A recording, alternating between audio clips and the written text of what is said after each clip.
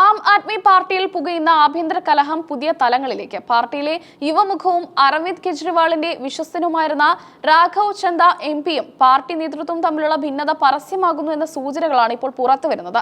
രാജ്യസഭയിലെ പാർട്ടിയുടെ deputy leader സ്ഥാനത്ത് നിന്ന് രാഘവിനെ മാറ്റണമെന്ന AAPയുടെ നീക്കം രാഷ്ട്രീയവൃത്തങ്ങളിൽ വലിയ ചർച്ചയായിട്ടുണ്ട്. രാഘവ് ചന്ദയെ പദവിയിൽ നിന്ന് നീക്കം ചെയ്യണമെന്നാവശ്യപ്പെട്ട് ആം ആദ്മി പാർട്ടി രാജ്യസഭാ സെക്രട്ടേറിയറ്റിന് ഔദ്യോഗികമായി കത്ത് നൽകി കഴിഞ്ഞു. കെജ്രിവാളിന്റെ നിഴലായി നടന്നിരുന്ന ഒരു നേതാവിന് പാർട്ടിയിൽ ഇത്രയും വേഗം തിരിച്ചടി നേരിട്ടത് അണികളെയും അമ്പരപ്പിച്ചിട്ടുണ്ട്.